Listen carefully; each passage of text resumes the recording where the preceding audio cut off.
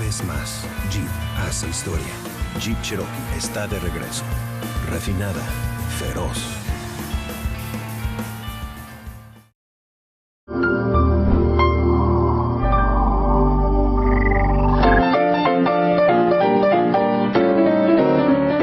Cuando el gobierno presentó su propuesta de reforma energética, presumió que de pasarse bajaría el precio de la luz y del gas, llegaría mucha inversión en el sector energético y se crearía 500,000 de empleos adicionales en el sexenio. Pero aun cuando esta promesa endulce el oído de cualquier consumidor, incluso el mismo Sherlock Holmes, se vería en aprietos para encontrar las pistas que ayuden a la CFE a ofrecer energía más barata. Así está la cosa. Primero, la generación de luz. La CFE está obligada a generar electricidad al costo más bajo que pueda, y eso incluye utilizar los combustibles más baratos, pues esa parte representa el 60% de los gastos totales de la paraestatal. De unos años para acá, el precio del gas natural ha venido cayendo, hasta ser uno de los más bajos en Norteamérica. Así que CFE ha buscado generar más luz con este hidrocarburo y menos con carbono combustóleo, que son más caros. Pero no puede usar más gas porque las dos formas de obtenerlo, vía Pemex o producto desde Estados Unidos, están al límite de su capacidad desde 2011. Para 2014 o después habrá nuevos megaductos, pero por el momento no tener acceso al gas obliga a CFE a consumir combustóleo, que cuesta 3 o 4 veces más que el gas. En 2012, lo que va de este año, esto le ha costado 30,000 millones de pesos adicionales a la paraestatal. Por si fuera poco, el combustóleo tendrá un costo adicional de 20.74 centavos por litro si se aprueba el impuesto verde que propone la reforma energética. Así que vele sumando. ¿Cómo afecta esto a las tarifas de CFE? Simple. Al depender de hidrocarburos que hoy tienen precios altos, los mexicanos tenemos electricidad cara, pues Hacienda determina el precio de 1 kWh con base en los combustibles que utiliza la paraestatal, particularmente para las tarifas industriales y la doméstica de alto consumo, esa que castiga a hogares que consumen mucha electricidad quitándoles el subsidio. Entre 1999 y 2013, las tarifas han aumentado 128.6%. Si se construyen más ductos o Pemex extrae más gas, las plantas de combustóleo, carbón y diésel se usarán menos y el costo de generación podría bajar, pero las tarifas, no necesariamente.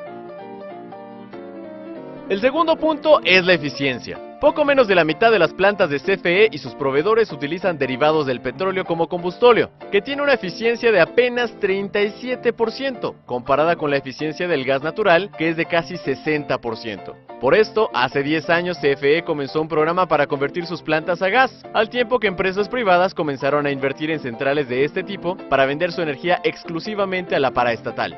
Estas empresas, por cierto, son llamadas productores independientes de energía y hoy aportan el 32% de la generación nacional.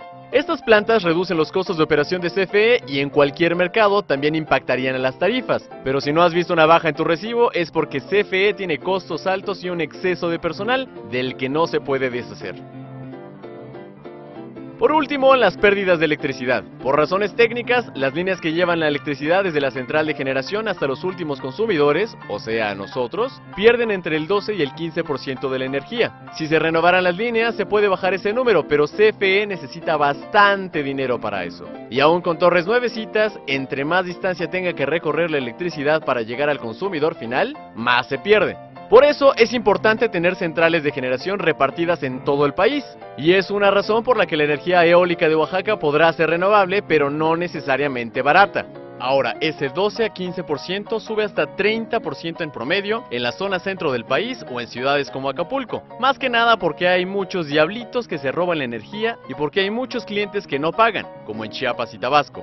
Esta energía no facturada debe asumirse como pérdida de la CFE, o sea, fuga de recursos que le representan mayores costos. Y esos costos nos los pasan a nosotros, los clientes que sí pagamos. ¿Y entonces cómo piensa el gobierno bajar las tarifas con la reforma?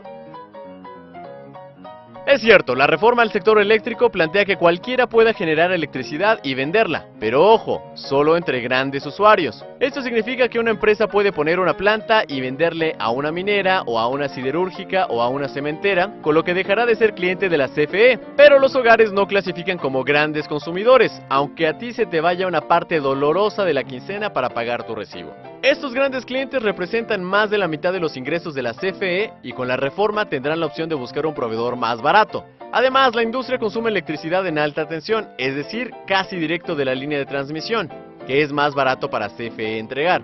En cambio, los usuarios domésticos están dispersos en todo el país, desde la playa hasta la sierra, y llevar energía en media y baja tensión es más costoso para la CFE, y además le representan apenas el 24% de los ingresos. Por eso, al quedarse con los clientes menos rentables, la CFE deberá compensar la pérdida en sus ingresos de alguna manera. Y fuera de un decreto presidencial, bajando los precios, a la empresa no le quedan muchos otros recursos más que subir las tarifas. Y aún con un decreto, la CFE no puede tener pérdidas eternamente sin una quiebra, y alguien tendrá que rescatarlo. Así está la cosa.